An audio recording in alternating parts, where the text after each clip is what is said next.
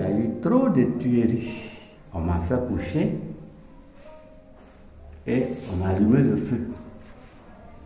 Quand j'ai attaqué mon mari, puis il a fui et c'est parti.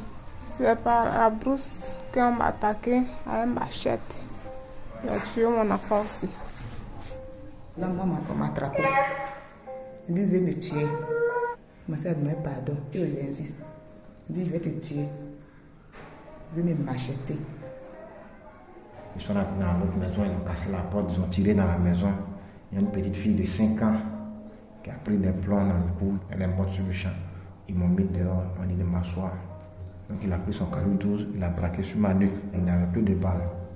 Il a pris la machette, elle a tapé sur ma tête là. Pour lui, j'étais mort.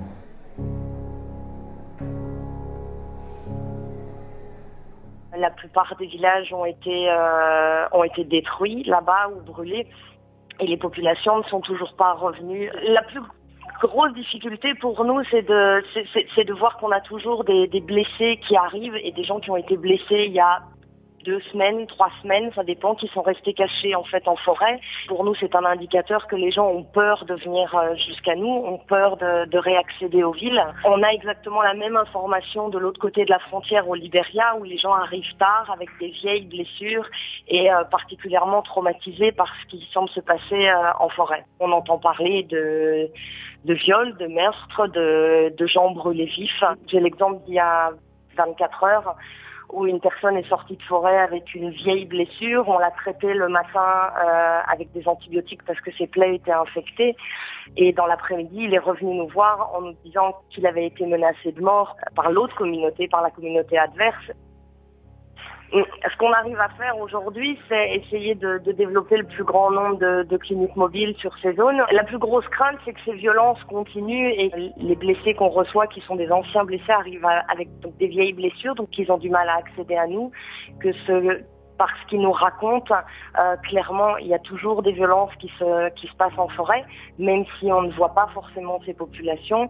Et l'autre indicateur également, c'est que les villages restent vides et que les gens n'ont toujours pas le courage, du fait qu'ils aient peur, de revenir chez eux. Mon habitation est détruite. Et puis, pour ce qui concerne tous les biens qu'on a, il n'y a plus rien. C'est un cas très urgent. C'est des humains qui sont en train de dépérir. Si on se retourne, on peut arranger les maisons avec des papeaux, mais on ne peut pas manger. Parce que la femme va aller chercher de quoi, comme manioc au champ, et puis on va l'attaquer, on ne sait pas. Je répartis dans mon secteur, dans mon village, c'est mieux, mais la sécurisation, c'est ça qui est très nécessaire. Et où je vais mettre ma famille, je ne sais pas. Et j'ai la panique de retourner dans mon pays. J'ai la panique.